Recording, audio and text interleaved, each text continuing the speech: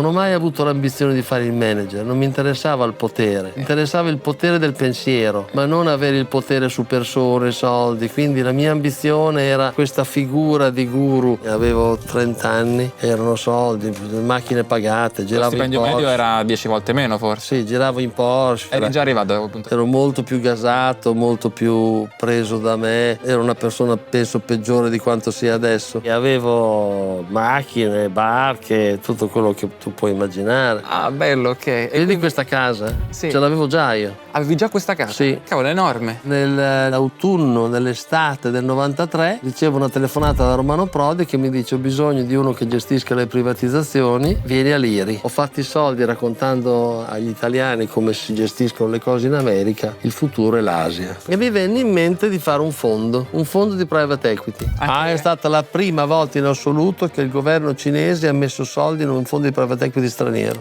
Abbiamo un'azienda che si chiama Italcere che fa 400 milioni di fatturato. Ero Mister Cina nel 2007, però l'azienda fa 400 milioni di fatturato e 80 erotti milioni di EBITDA anche lì. 80 di EBITDA? Sì, è un tesoretto. Porca vacca. Sì, sì. Wow. Lui è Alberto Forchielli, imprenditore, esperto di Cina e personaggio pubblico, conosciuto per i suoi modi diretti e per non avere peli sulla lingua. Dimmi cosa hai studiato? Io sono laureata in scienze politiche. Ho passato anni a dire ai ragazzi di non studiare scienze politiche perché rimangono a casa. L'Italia è un paese fottuto. È così conosciuto che anche Crozza gli ha riservato una delle sue imitazioni. Parliamoci chiaro, con cosa mangi? Col lavoro o con i diritti umani? Forchielli, dopo un MBA ad Harvard, inizia la sua carriera come consulente internazionale, per poi però passare alle istituzioni. In Italia nelle privatizzazioni degli anni 90 e all'estero prima va in World Bank e poi viene chiamato dall'amico Romano Prodi per occuparsi della ricostruzione dei Balcani. Dopodiché ha lanciato il suo private equity, inizialmente specializzato in Cina, che secondo Alberto è stato il primo fondo di private equity partecipato dal governo cinese. Con questo fondo ad oggi ha raccolto più di 770 milioni. Si è anche dato alla politica con il movimento Dream Dream. Di recente c'è stato il congresso fondativo con cui si è trasformato in partito. Michele Boldrin è diventato segretario di partito, che ora non si chiama più Dream Dream ma si chiama Ora. Forse perché da un paio d'anni è tornato a vivere in Italia, nella sua tenuta ad Imola. Così sono andato a trovarlo. Io sono venuto a vivere qui nell'88, avevo 32 anni. E non ti sei mai voluto spostare? No, il mio sogno era sempre stato quello di venire a vivere qui a Imola, perché lì di fronte, vedi che c'è un parco lì di fronte, lì c'è la vecchia villa dei miei nonni. Questa era una casa colonica. Tu hai tutta, diciamo, la tenuta? Tutto qui, anche intorno, ho 22 ettari. 22 ettari? Sì. Ti con tanto di panorama. Sì, quella è Imola. Una casa colonica qui, delle baracche lì, abbiamo tirato sulle baracche, abbiamo unito con un portico, qui ci stanno i custodi, dove c'è il fienile c'è la casa degli ospiti, io abito qui. Ad oggi quante ore lavori al giorno? È difficile dirlo perché incomincia alle 4, poi dormo un altro po', poi vado a fare un giro, poi torno, però tutto il giorno, cos'altro vuoi che faccia? Alle 4 per una questione di fuso? O perché ti No, piace? perché sono fatto io così, non vedo l'ora di svegliarmi. Però andare a dormire presto. Alle 9:30 sono a letto io. Infatti. Ecco, quella è vecchia casa dei miei nonni. Dentro c'è una vecchia villa dell'800, io da bambino passavo l'estate là. E nonostante che io volessi sempre girare il mondo, sapevo che sarei sempre tornato qua. Bello. Quando è che sei tornato definitivamente in Italia? Nel dicembre del 23. Ah, cioè di recente proprio? Sì, di recente. Prima eri in Cina o in America? Ero in America, ero a Boston. Eri a Boston? Sì. Col fondo? Sì, col fondo. Poi facendo anche investimenti miei. Io faccio investimenti miei in VC. Ah sì? Sì. Non lo so, un po' troppo rischioso il VC? Sì, è un po' troppo rischioso. Ho potuto far perdere un sacco di tempo per 4 lire. Quindi tu investi in VC, però immagino Sì. avrai una porzione sostanziale dei soldi investita in maniera tradizionale, stock, bond. No longer stocks. Non hai public equity? Ne ho avuti fino a 6 mesi fa e ho riportato tutto e tutti in derivati. E dove li hai messi quei soldi? C'ho un'amnesia. Ciao Alberto, buongiorno. Ciao Pietro, come si chiamano tecnicamente gli investimenti che ho con voi? Dei certificate. Certificate di? Autocollabor. Collable, perfetto. Esattamente. Ok. Ciao Pietro, ciao. Tranquilli, per investire bene non serve comprare derivati come le autocollable. Investire può essere semplice ed è per questo che sono ambassador di Trade Republic. È un conto bancario e uno strumento per gestire i propri soldi al 100%. L'interfaccia ha anche recentemente diviso le asset class, i mercati pubblici con azioni ed ETF, i private markets per investire in aziende private, e ci ho anche fatto un video dedicato, e fixed income, una nuova sezione che raccoglie tutti gli strumenti con interessi fissi. Infatti aggiornando l'app vedrete le vostre obbligazioni in questa sezione e fino a fine anno c'è anche un bonus della dell'1% su tutto ciò che investite qui. Potete trovare bond societari, titoli di Stato europei e americani e fondi obbligazionari. Ora, come sapete, voi gli interessi già li avete su tutti i soldi che voi tenete liquidi su Trade Republic e che non investite. Li ricevete mensilmente e il tasso di interesse annuo è lo stesso della BCE, in questo caso il 2%. La differenza però è che ad oggi strumenti come le obbligazioni possono rendere annualmente molto di più. Questo ovviamente vi espone a rischi diversi in base allo strumento che comprate, però è sicuramente molto utile per un asset allocation completa. Vi ricordo che per investire su Trade Republic basta anche solamente €1, l'account si fa in pochi minuti, tutto sul telefono, e vi lascio il link per farlo in descrizione. Bene, torniamo ad Alberto Forchielli. Quanto, diciamo, del patrimonio è nell'azienda, nel fondo, e quanto è autonomo, staccato e tuo, ci fai quello che vuoi? La maggior parte È nel fondo? sì, adesso sì. Quindi tu sei ancora molto investito. Sono molto investito in private equity, sì. Ma la televisione invece come mai? Perché molte persone, sai, non vogliono litigare in televisione, non vogliono farsi notare, vogliono stare dietro le quinte. Te non hai mai avuto problemi? Hanno incominciato a chiamarmi e io sono andato. Ma io sono un estroverso, eh. I primi tempi ero molto aggressivo, poi dopo mi sono anche un po' addolcito, ma... La prima occasione te la ricordi come è successo? Sì, mi chiamò Gad Lerner attraverso un mio amico che si chiama Massimo Ponzellini. Io andai lì a parlare di Cina, erano i primi tempi, parlo di 20 anni fa. Io dissi: "It takes a Chinese to beat a Chinese". Ci vuole un cinese per battere un cinese. E allora questo slogan piacque moltissimo. E da lì cominciò la mia ascesa televisiva. E ti piace stare in televisione? Stare in televisione è faticoso, eh? Lo continui a fare? Non tanto. Degli stili asiatici quale ti piace di più? Cinese, giapponese, coreano? Indonesiano. Indonesiano. Sì, balinese, indonesiano. Questo è il mio studio. Io non ho uffici, cioè ho un ufficio a Milano, ma non ci vado mai. Questo è il tuo studio, tu lavori Sì, da qua. Sì. Perfetto, beh, bellissimo. Io veramente lavoro da letto. Ah sì, questo l'ho visto. Io lavoro da letto, veramente. La prima metà della giornata da letto. Ma non è alienante, non lo trovi? Non è bello invece sedersi, stare in un posto bello, no? No, sto così comodo. Stesso. Ti dico tutto, chiamo, faccio, qui c'è camera mia, ma non c'è poco. Ma sì. Questo è il mio vero ufficio, però, eh. Tieni Esatto. presente. Qua è dove avviene la magia. Qui è che avviene la magia. A quel punto, finito il tour della casa, ci siamo seduti così io ho potuto chiedere la sua storia fin dall'inizio. Cosa volevi fare da piccolo? Per un certo periodo il pompiere, poi dopo mi sono abituato presto a fare il mestiere dell'avvocato, che era un po' il mestiere che faceva mio padre. Quando studiavi a Bologna pensavi che avresti fatto l'avvocato. Sì, mi iscrissi a legge e pensavo di fare l'avvocato. E l'MBA ad Harvard, ad oggi forse tutti sanno che è una possibilità che si può fare, che è molto difficile, che è molto costoso, però lo sanno. Ai tempi era diverso. Come ci sei finito? C'avevo un mio amico che era figlio del direttore dell'Alitalia di Washington, che era un ragazzo di Bologna che era andato a vivere negli Stati Uniti, tornava tutte le estati, si laureò a Georgetown, poi fece un master a George Washington, mi raccontava di queste cose, dei master, degli MBA. Poi anche su Topolino, leggevi di Topolino con la maglietta di Yale, con la maglietta di Harvard, capito? C'era un po' il mito di queste università americane. Mi prese questa voglia di andare via, di andare a studiare in America. Subito dopo l'università oppure nel frattempo avevi lavorato? No, durante l'università. Erano tempi epici perché non c'era neanche il fax allora, anni 70. Sono andato prima agli United States Information Service che stava in via Biglia a Milano. Ti parlo del 77, una cosa del genere, quasi 50 anni fa. E andai a vedere i test che bisogna fare alle varie università, trascrissi tutto perché non c'era neanche il telefonino in cui fare le foto. Poi tornai a casa, cominciai a ordinare, si ordinava via posta, si ordinavano i libroni per fare i test, per fare il TOEFL, per fare il GMAT, si facevano queste cose qui. Poi dopo incominciai a scrivere le scuole e la mattina c'era l'emozione di scendere giù alla buchetta della posta e vedere chi mi aveva risposto. Quindi tu ti eri candidato su vari MBA in vari... 10.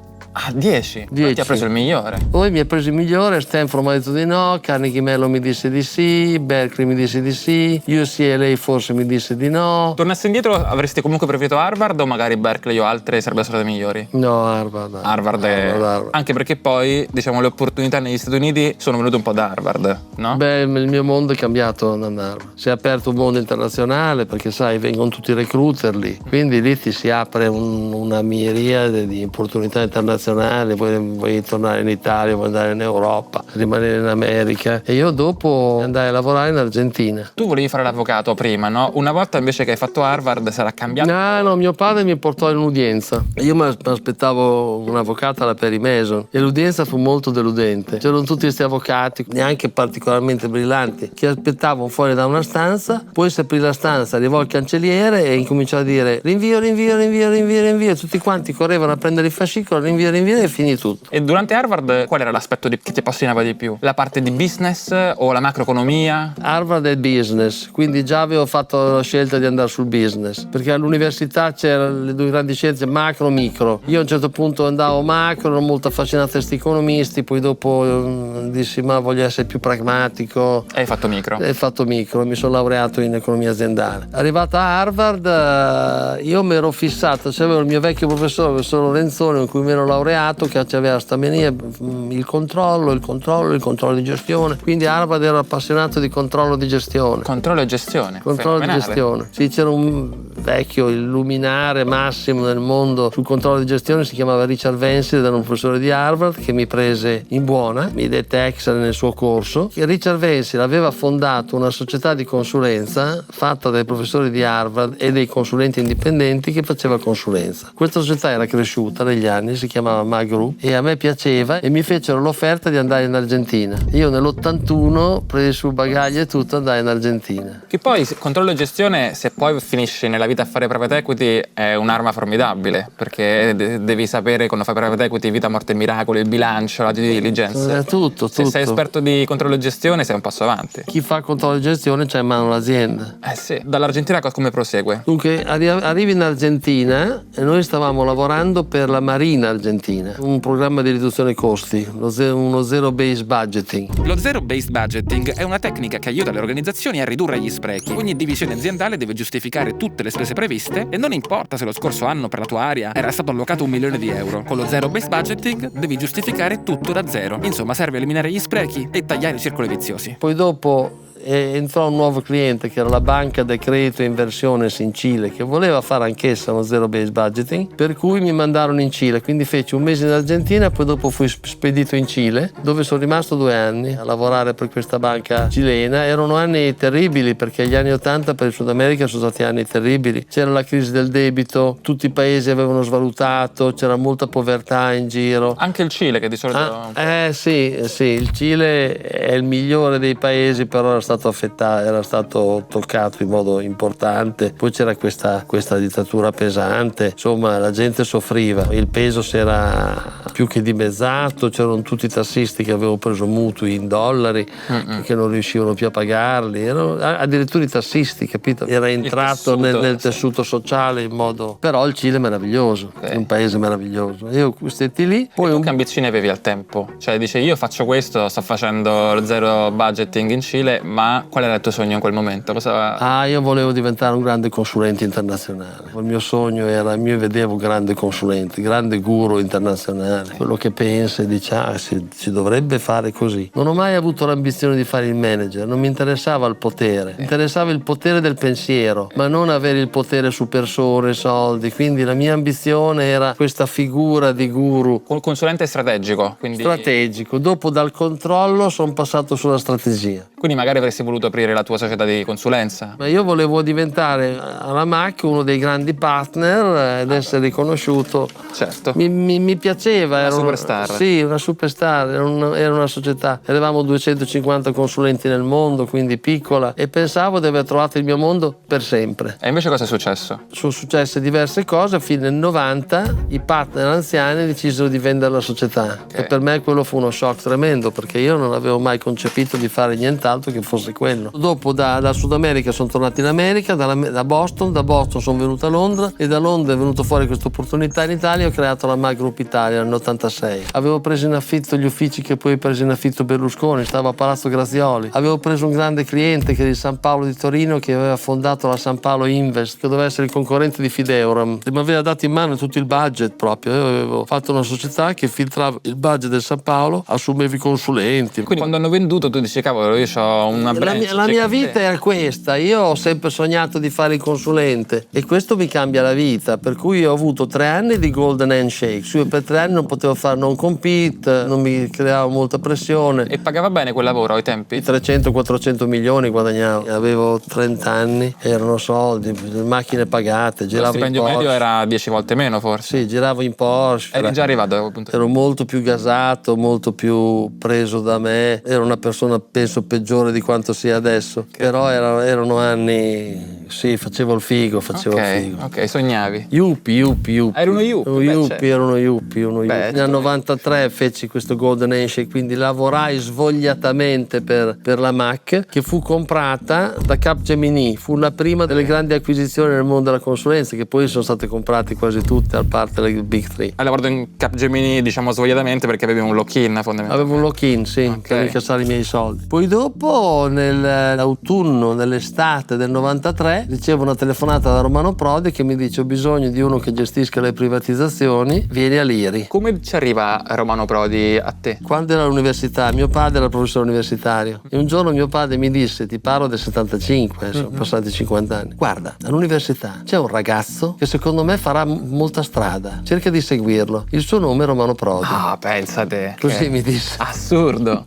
Bellissimo. Io quindi andai a lezione da Prodi a scienze politiche, potevo fare il cambio da economia e commercio a scienze politiche, e Prodi fu quello che mi firmò la lettera di raccomandazione per andare a Harvard. Ah beh, ok, quindi eri già un suo pupillo. Ero già un suo pupillo, sì. E come va quindi a Liri? Ma a Liri, insomma, a Liri dovevi stare in una grande struttura, con un ufficio come il mio, anche se il titolo era antisonante, costava contro la finanza, costava contro il controllo. Lo fai per la gloria, non lo fai per i soldi poi? Ma sì, lo stipendio era modesto, non era male, ma era molto modesto. Difatti in quegli anni di Liri, abituati ai consumi della macchina, io mi indebitai. Ti indebitasti? Sì, alla perché fine. tu non risparmiavi ai tempi? Spendevi tutto? Spendevi? Ma sì, avevo macchine, barche, tutto quello che tu puoi immaginare. Ah, bello, ok. Vedi questa casa? Sì. Ce l'avevo già io. Avevi già questa casa? Sì. Cavolo, è enorme. Avevo 30 anni, avevo già questa casa. Quanto è durato il periodo all'Iri? Un anno, perché poi le elezioni furono vinte da Berlusconi. Tu hai seguito qualche operazione importante all'Iri? E la Finsider, le autostrade. Autostrade l'hanno comprate subito i Benetton o era stato comprato da qualcun altro? No, subito i Benetton. Dopo un anno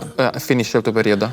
Dopo un anno vince Berlusconi e Prodi dalle dimissioni, chiaramente. Certo. E io dico, accidenti, se è così contestato sto ruolo delle privatizzazioni, sono così nel mirino, che sarà bene che io mi tolga dalle palle.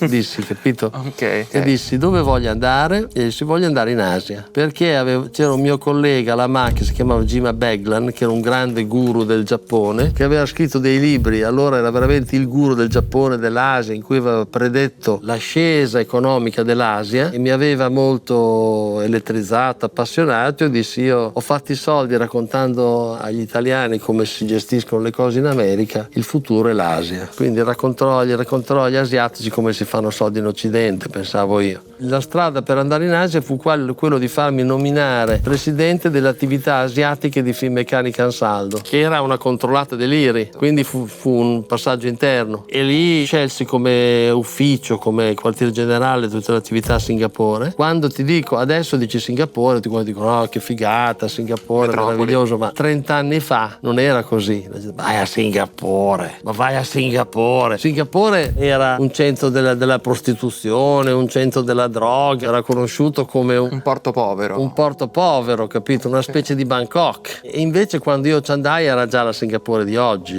con lo sbalordimento di tutti. Prendi la strada di Singapore, dove sono stato 4 anni tra i più belli della mia vita, perché io vivevo a Singapore, naturalmente anche lì sempre nei lussi, Poi ai tempi ci si poteva fare arbitraggio con la valuta per bene, no? Immagino. Si faceva arbitraggio, poi c'erano tutti i pacchetti degli espatriati che erano molto ricchi, no? Gli expatriate packages che erano molto ricchi, allora dopo negli anni sono più adeguati. E viaggiavo tutte le settimane, andavo in Corea, andavo in Cina, andavo in India, andavo in Indonesia, in Malesia, dove avevo tutta l'Asia, eccetto il Pakistan. Dall'India in qua avevo tutta l'Asia. Facevo business development, avevo i venditori sostanzialmente, dovevamo vendere treni, centrali elettriche, motori elettrici, segnalamento ferroviario, poi anche tangente guardavo a volte anche le armi, c'era tutta la parte della difesa, la Malesia era un grande mercato della difesa, cercavamo di aprire l'Indonesia. Tu avevi in mente poi di staccarti e metterti in proprio o ti piaceva? Ma io non ho mai avuto quest'idea di mettermi in proprio. A me piace lavorare in team, lavorare con altri, non è che mi sentissi soffocato, quindi l'idea di mettermi in proprio non è mai... Dopo ti dico quando è venuta fuori, ma sul tardi è venuta fuori. Quindi Finmeccanica è un'esperienza che ti ha soddisfatto? Finmeccanica mi ha soddisfatto pienamente. Anche là, quanto era forte l'incentivo economico, quanto invece la voglia dell'esperienza? La voglia, l'esperienza, il viaggio, la cultura, tutti i giorni c'era qualcosa da imparare. Poi l'Asia stava esplodendo, era una meraviglia, capito? Se facevi tutti i giorni era un'avventura. E poi immagino giravi. Shanghai, Pechino, Jakarta, Kuala Lumpur, Hyderabad, Bangalore, Quanto è durata anche questa l'Australia. esperienza? Fino al 98, perché nel 97-98 ci fu la famosa crisi del debito asiatico e a quel punto dovetti prendere una decisione perché i mercati erano chiusi, se dovevo tornare prendere un altro ruolo in Finmeccanica, non potevo continuare perché non c'era più, i progetti venivano cancellati, venivano interrotti e a quel punto lì mi sembrò intelligente andare in Banca Mondiale. La Banca Mondiale a Washington aveva bisogno di una posizione per ristrutturare i progetti che si erano incagliati in Asia, che erano tanti, quindi faccio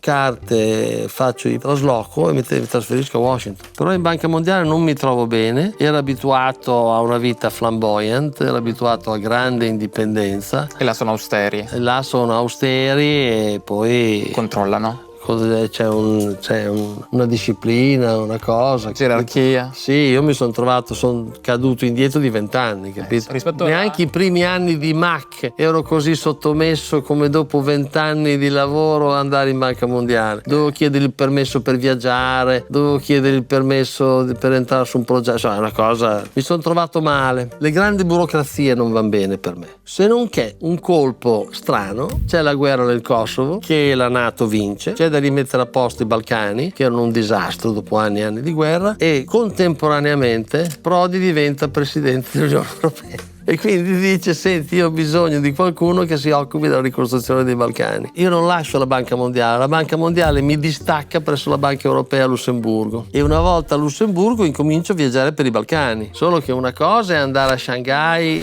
a Jakarta, a Kuala Lumpur, al Westin, al Four Seasons, un'altra cosa è andare in giro per i Balcani. Quella è un'esperienza tosta, immagino. E quella fu un'esperienza tosta, capito? Fu veramente tosta. Giravi per banche, per istituzioni? No, giravo a vedere i siti dei progetti. Di costruzione? Sì, c'era da fare. Io in particolare Strade, ferrovie, reti elettriche soprattutto. Infrastrutture? Okay. Sì, la prima cosa da fare in un paese dopo una guerra è ricostruire la rete elettrica, perché se non arriva l'elettricità, perché tirano giù i tralicci, va tutto giù. Quindi Romano Prodi, che è stato presidente della Commissione Europea dal 99 al 2004, gli chiede una mano per la ricostruzione dei Balcani dopo le guerre jugoslave. Dalla World Bank passa alla BEI, la Banca Europea per gli Investimenti. E a quel punto mi sono chiesto: ma come funziona quindi un processo di ricostruzione? La Banca Europea presta soldi al paese e il paese li gestisce. Il paese li gestisce. E tu ti assicuri che non li spenda a cazzo di cane. Che non li rubi, devi stare a sovrintendere le gare, devono fare le gare, devono essere compliant con le gare. Non ci deve essere corruzione. Non ci deve essere corruzione. È stato difficile? Devo essere sincero, no, perché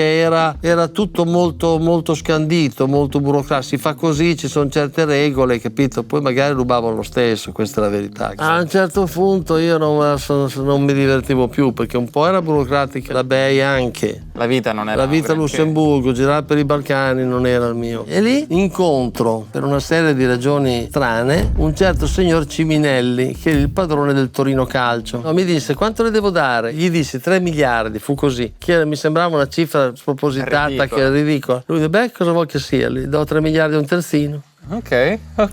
Mi rispose: bello. Do 3 miliardi e un terzino. Per cui andare a lavorare con Ciminelli, però le cose non durarono, rompemmo quasi subito dopo qualche mese, le cose non durarono. Sei riuscito a prenderli questi 3 miliardi oppure? Sì, una parte sono riuscito a prendere, stai buono. Dopo uscì e mi mise sul mercato del lavoro. Però, tronfio come ero io, mi mise sul mercato del lavoro e lì ho preso delle batoste incredibili. Era una figura inassumibile, no? Era una figura inassumibile. Sì. Io andavo a trovare questi Dante e mi diceva: Forchielli, ma cosa vuoi tu? Hai tutta la vita, hai fatto il cazzo che ti pareva a te e adesso vuoi trovare un lavoro, ma chi ti assume? E quindi mi trovai in mezzo a una strada. Beh, però non è che avessi fretta, immagino. No, non avevo fretta, però io senza lavorare non ero capace di stare. Ah no? Un sabbatico non te lo volevi prendere? No, io non ho mai pensato in vita mia di prendermi un sabbatico. Il lavoro per me era praticamente tutto. Non ho neanche tanti hobby, sai. Adesso ho la moto, per esempio, faccio questi giri in moto, però una volta non avevo neanche questo. E sono costretto a inventarmi come imprenditore. Un gruppo di amici miei stava comprando l'Atala, che era quella delle biciclette. Io allora avevo la passione della bicicletta, avevo un hobby, attenzione. Quindi insieme comprammo l'Atala e io divenni il presidente. Dopo andò a finire che l'Atala in realtà non aveva produzione, tutti i componenti erano comprati dalla Cina e c'era un po' d'assemblaggio fatto in Italia. Io creai una società che radunava in sé tutto l'assemblaggio dell'Atala e creai una società di sourcing, dopodiché vendemmo l'Atala a un grande montatore turco e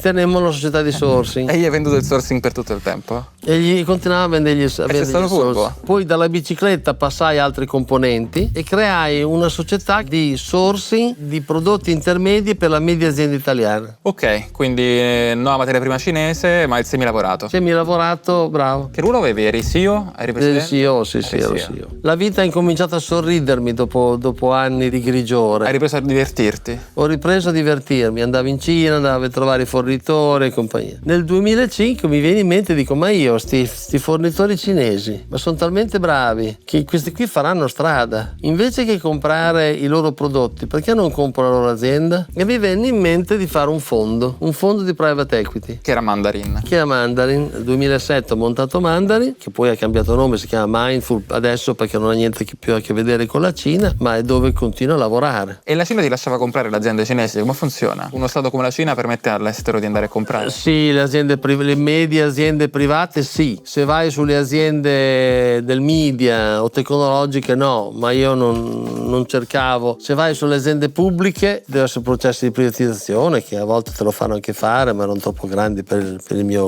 miei mezzi. E i cinesi erano abituati o era una novità per loro vedere un italiano che va e gli vuole comprare l'azienda? È stata la prima volta in assoluto che il governo cinese ha messo soldi in un fondo di private equity straniero. Nel tuo fondo? Sì. Ah, cavolo. Il governo cinese? Fece storia Mandarin in Cina. E non ti sei spaventato di avere lo Stato cinese nel tuo fondo? Oppure magari invece ti aiuta perché hai agganci? Allora, bravo. No, io ero molto fiero di questo perché credevo che questi agganci col governo, avendo il governo nel capitale, mi avrebbero protetto. Avevate incentivi allineati quantomeno, quindi... Abbastanza, col governo. Sì. Con le persone sotto, i livelli sotto è stato il più problematico, gli incentivi poi cambiano. Cioè i funzionari intendi? I funzionari, sì. Certo. E c'erano dei disallineamenti? Volevano che noi comprassimo l'azienda dell'amico e l'amico non era un'azienda che andava bene, dopo ti mettevano i bastoni fra le ruote se volevi fare un'altra cosa. Quanto hai raccolto in tutto il primo fondo? 325 milioni di euro nel 2007. Erano tanti soldi. E il deal medio che facevi in Cina quant'era? 30, 40. No, 40 di equity, poi totali anche 100, 150. Di valore aziendale? Sì.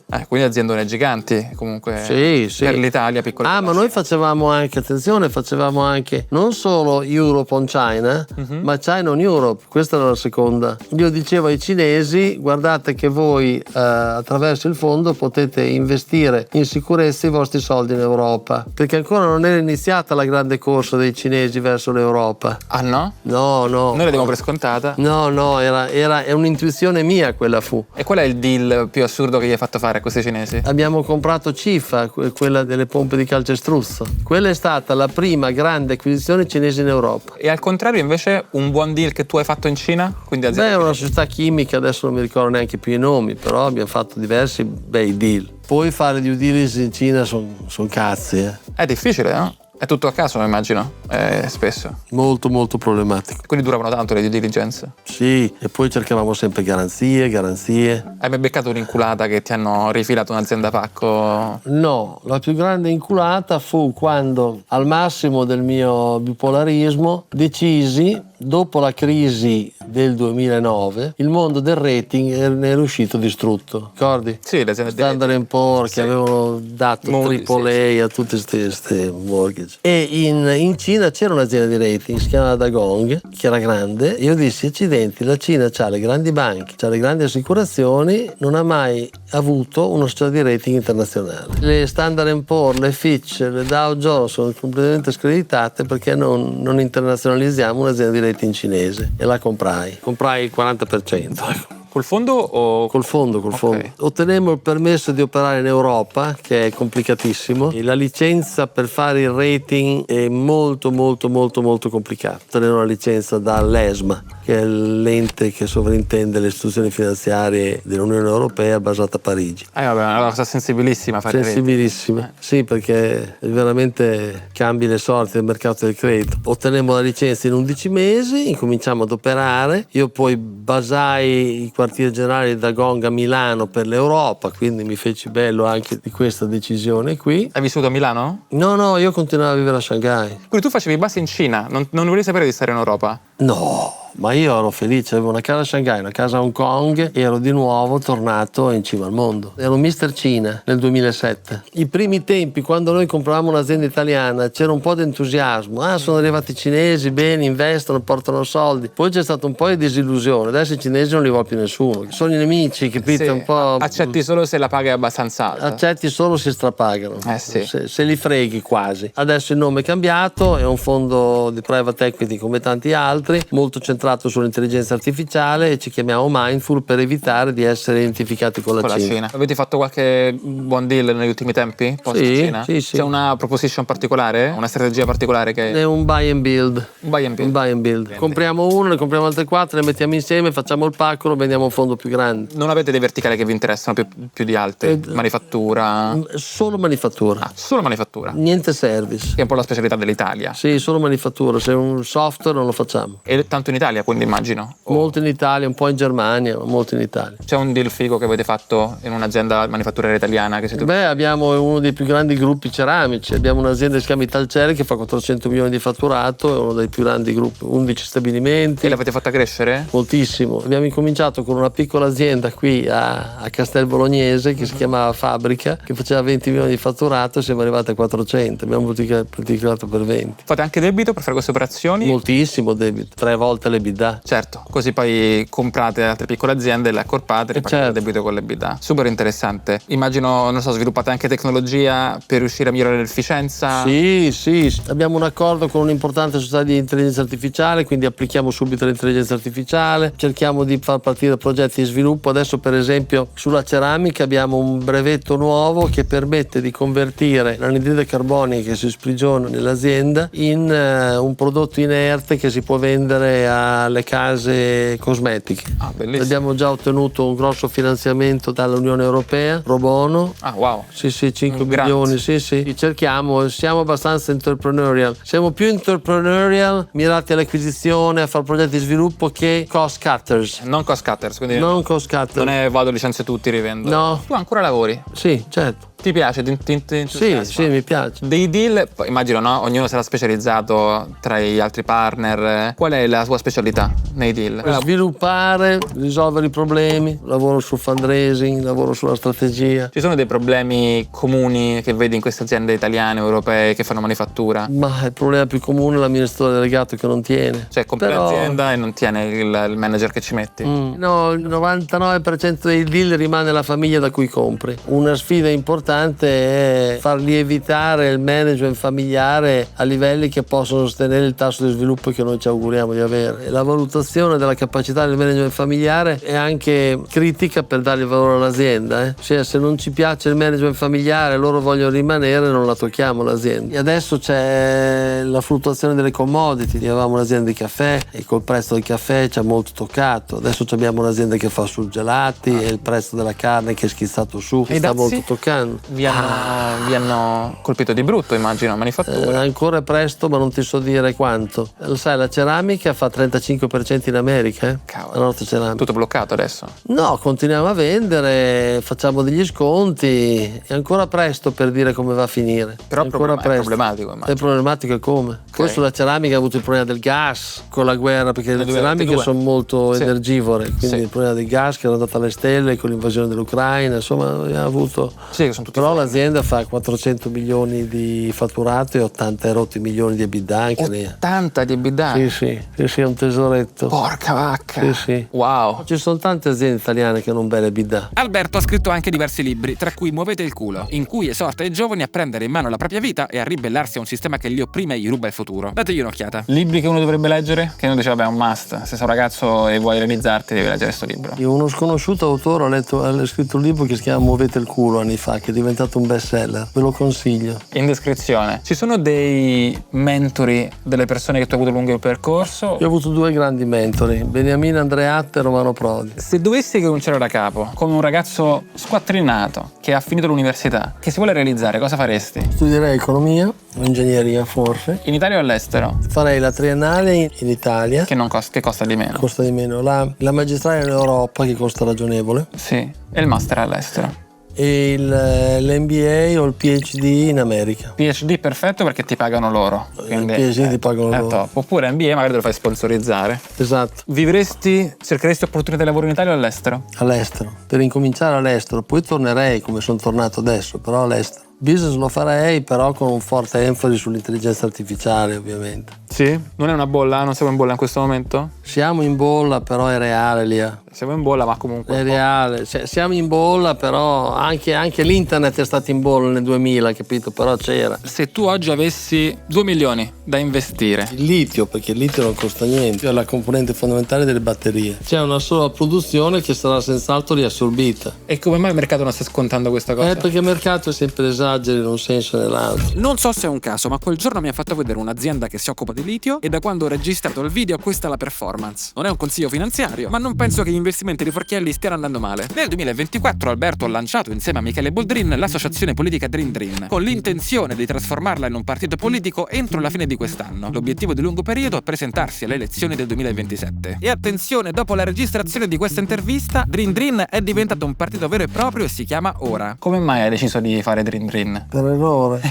Ho detto al mio amico Michele Boldrin, che aveva provato a suo tempo a fare per fermare il declino, gli ho detto: Michele, secondo me i tempi sono maturi per riprovarci. E lui mi ha detto: se riceviamo 2000 email entro la fine della prossima settimana ci riproviamo. Ne abbiamo ricevuti 16.000 e così mi sono trovato intruppato in questa avventura che sotto certi aspetti è commovente, perché è fatta da ragazzi giovani. Abbiamo 15.000 iscritti, l'80% sotto 35 anni, che mi trovano, mi fermano per strada e mi dicono: per noi questa è l'ultima opportunità, grazie per esserci. È iniziata per errore, però dopo ti prende il cuore. Iscritti al partito? Non iscritti al canale YouTube? No, iscritti al partito. Iscritti al partito, paganti? Paganti, sì, 30 euro ciascuno, ma di più, mediamente 40. Se dovessi riassumermi la missione di Dream Dream? Creare un mondo vivibile per i giovani, perché nessuno si occupa dei giovani. Sono una categoria molto importante per il nostro futuro, per il futuro del mondo, per il futuro di questo paese. Siamo un paese di vecchi, quindi tutti cercano i voti dei vecchi, di andare in pensione più tardi, cercano di aumentare le pensioni, cercano di fare qualunque cosa. E i giovani sono assolutamente dimenticati. Quali sono i problemi principali? Top 3. Del paese? Sì, specialmente per il futuro dei giovani. La produttività che non cresce, per cui prendono degli stipendi da fame e sono costretti a emigrare. Quasi anche la fortuna dell'Italia, se ci pensiamo, no?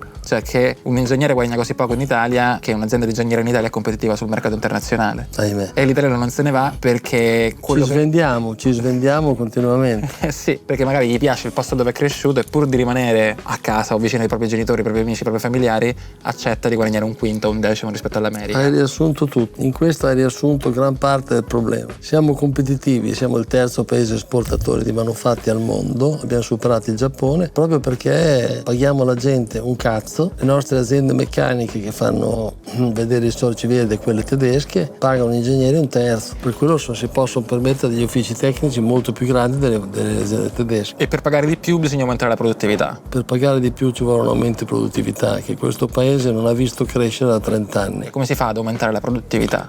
Veramente serve una politica innovativa. La produttività in Europa negli ultimi 30 anni è cresciuta dello 0,6, la produttività in America è cresciuta dell'1,5. Questo ha determinato un aumento del reddito americano divergente rispetto a quello europeo e ha fatto sì che il GDP americano sia del 50% più alto dopo circa 20 anni, una cosa di questo genere. Tutto questo è spiegato dalle società innovative. 20 anni fa le 10 società più grandi americane, le recenti, erano società manifatturiere classiche o società petrolifere. Fast forward 20 anni, le più principali società americane sono tutte società di software o società tecnologiche che non esistevano 20 anni prima. La creazione di questi enormi gruppi tecnologici che possono permettersi di pagargli gli stipendi da 350-400 mila dollari quasi al primo entrato ha generato un enorme aumento di produttività che ha innalzato il livello degli stipendi e ha innalzato il reddito. L'Europa non ha visto questo processo innovativo, l'Italia soprattutto è al fondo nella classifica dei paesi innovativi d'Europa. Sono passati 30 anni e ancora esportiamo piastrelle, mobili, gioielli, cose che facevamo 30 anni fa. Il terziario avanzato non c'è. Non c'è.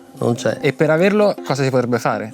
Bisognerebbe investire in tecnologia per 20. Adesso il venture capital in Italia, fai conto, è 1 miliardo all'anno, il venture capital in America sarà 200-300 miliardi. Non ci sta, dovrebbe essere un rapporto di una 10, una 15. Quindi a noi ci mancano 20 miliardi di spinta innovativa all'anno. Se voi aveste la maggioranza in questo momento, quale sarebbe una policy che pusheresti subito? Una cosa che dice, questo è proprio low hanging apple, come si dice? Enormi sconti fiscali per i fondi di venture capital di tutto il mondo, facilità nello stabilirsi in Italia con benefici fiscali di 20 anni a 0 tasse, enorme spese sulle università, enorme spinta sull'università per aumentare anche lo stipendio dei ricercatori, grande innalzamento dello spirito di ricerca e sviluppo, tirare la cinghia per 20 anni, ma in 20 anni vedremo i risultati. E quindi ora Adrenalin come sta andando? Quali sono i prossimi step? Ci sono 100 giovani di alto potenziale che ancora non sono pronti a prendere la posizione del segretario o presidente, ma che presto saranno in condizioni di poter dire la loro nell'agone politico. Okay. Quindi potranno candidarsi, potranno delineare delle linee di politica, potranno argomentarle, potranno fare interviste televisive. Quali sono invece le critiche che ti arrivano più spesso? Ma Drin per la posizione molto pro Gaza che abbiamo, quindi ci danno degli antisemiti. Vabbè, certo, quello è molto polarizzante.